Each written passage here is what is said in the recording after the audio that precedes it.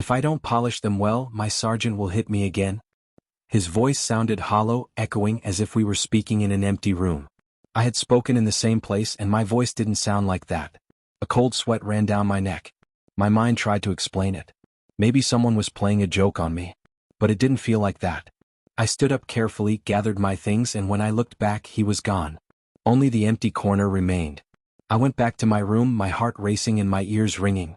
I decided I would do it in the morning when everyone was awake. I hung my uniform in the closet and got under the covers, just looking down the hallway. As I was about to fall asleep, I heard the same voice again, but this time it came from between my bed and my roommate's. "I do it for you, Antiguo." The skin on the back of my neck stood up.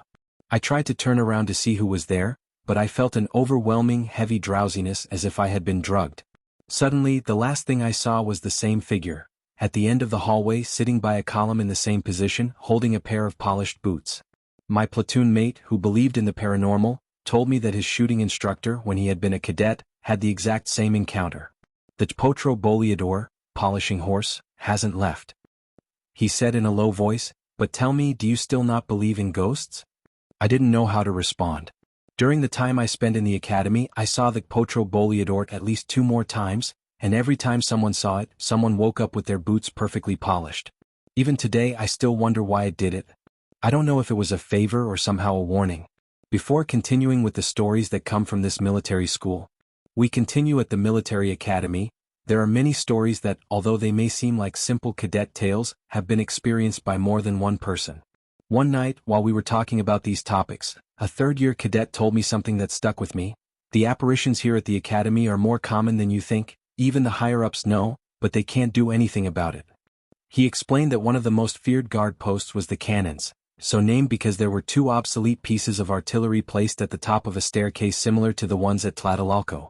For years, the legend of a spirit had been circulating that appeared between 1 and 3 in the morning, always during the 3rd guard shift. It would stand next to you and say that it had arrived to relieve you. If you listened to it and left your post, you'd get into more trouble. One had been arrested, so they told me, but no one knew who that apparition was or why it did what it did. Days later, a sergeant told me an even more terrifying story. "Hey kid," he said, "haven't you seen anything at the cannons?" "No, Sergeant," I replied, a bit confused. "And have you heard about Levita?" I shook my head. "Well?" He rubbed his hands with some excitement to begin telling me, "I'm going to tell you about Levita and how it almost took me from here." The community made me narrate this story in the first person just as he told me. The first time I saw something was at the cannons. I was on guard duty, already dying of sleep. It was 1 a.m. and I was struggling to stay awake.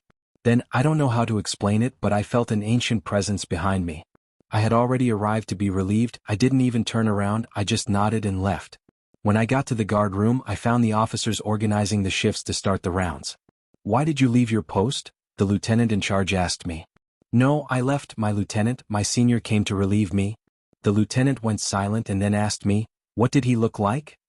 "He had his jacket tucked into his pants and a black patent leather belt." As soon as I finished saying it, I understood. That uniform hasn't been used for many years.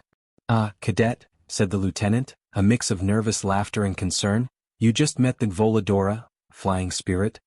They still arrested me for the weekend as punishment, but that wasn't anything compared to what happened to me 2 days later. Later, you'll see, as part of my punishment, I had to stand guard in the hallway upstairs by the dining hall. It was strange that they sent me there, but I didn't complain. I didn't want to spend another weekend stuck inside. At 11 p.m. I walked the area. Everything was calm, at least seemingly, until I saw a figure moving in the dark. The sound of its footsteps echoed through the hallway. It was a cadet holding a rifle in his right hand, just like me, but something was out of place. His uniform wasn't like mine, it wasn't like ours. He was wearing a levita, the ceremonial dress uniform of the military academy. My stomach tied into a knot. No one wears the uniform unless it's for a special ceremony. My mind told me to leave, but my feet took me toward him. The cadet turned around and I noticed something even worse. The weapon he carried was a wooden musket, a model that had been out of use for decades. I swallowed and tried to stay calm.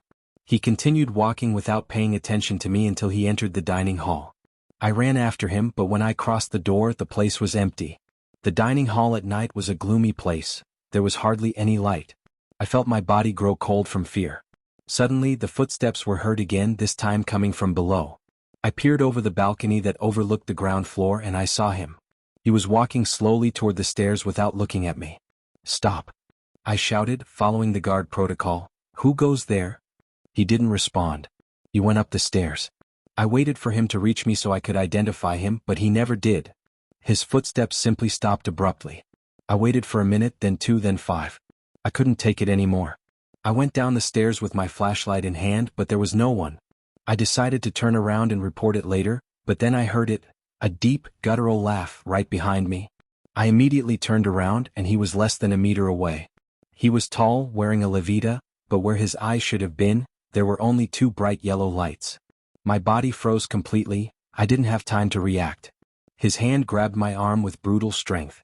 "I've got you now," he said in a cavernous voice. His hand was bony, pale, with long, sharp nails. I felt a tug and then, well, nothing. I just woke up in the medical service. I had a bandage on my arm and an 4 in place. "Why am I here, Lieutenant?" I asked weakly. The guard commander looked at me very seriously and told me they found me lying in the dining hall with my mouth open, not breathing, and my eyes wide open. He told me that when they checked me, my skin was so pale that my veins were visible. My lips were purple. Also, my jacket was torn on the left arm, and underneath the fabric there were 3 bleeding wounds, not 2, 3. Since that night, the guard post was eliminated. No one was allowed to stand guard alone in that area again. When the sergeant finished telling me, he rolled up his left sleeve. He told me to look. He had 3 scars, 3 marks, and after seeing them, I have to be honest, something inside me changed. I didn't know what other things the military academy was hiding. I only knew that sooner or later I would encounter something else. So, the last story I want to tell you as a unit is the most personal experience. I had the opportunity, or rather, the misfortune, to live it at that military academy. Although it was brief, it was surely the one that impacted me the most. It was about 3 a.m., the time when all first-year cadets were required to clean the barracks. My squad was assigned to clean the bathroom area and the stairs that led up to the mezzanine where we did our homework. Underneath those stairs was the armory, the storage room where the weapons were kept.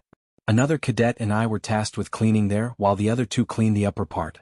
My partner was sweeping, gathering the dust into a corner. I was waiting to mop. When he finished, I approached with my bucket. He was about 5 meters away from me, still picking up the trash. I leaned over toward the metal mesh that protected the armory entrance, and it was then that I heard it, a sharp thud. The metallic sound shook my ears as if someone had suddenly leaned against the mesh. My first reaction was to think I had caused it with the mop, but no. Seconds later, the sound repeated. And this time, it was accompanied by a breath behind me. It felt humid, low, as if someone was very close. My body tensed. I had promised myself not to look at things I didn't want to see again.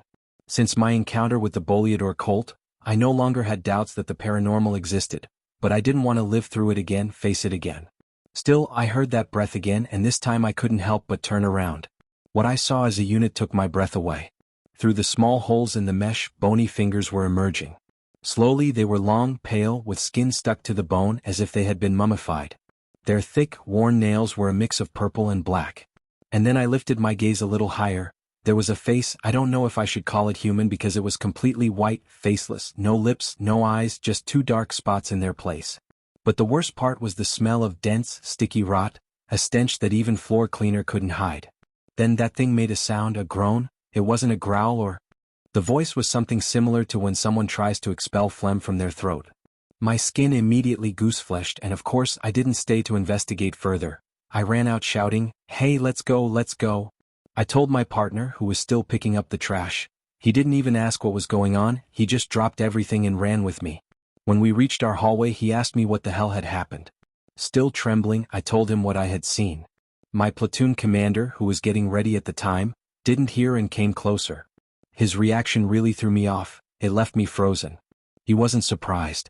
"You're not the only one who has seen that," he said in a serious voice. "Every year at least 1 or 2 people see it." He paused and looked at me intently. "And not just in the armory, also in the women's dormitory." I didn't know how to respond to that. These were 3 of my many experiences at the heroic military academy. And although it was part of my training, I'm no longer there, but there are things you never forget.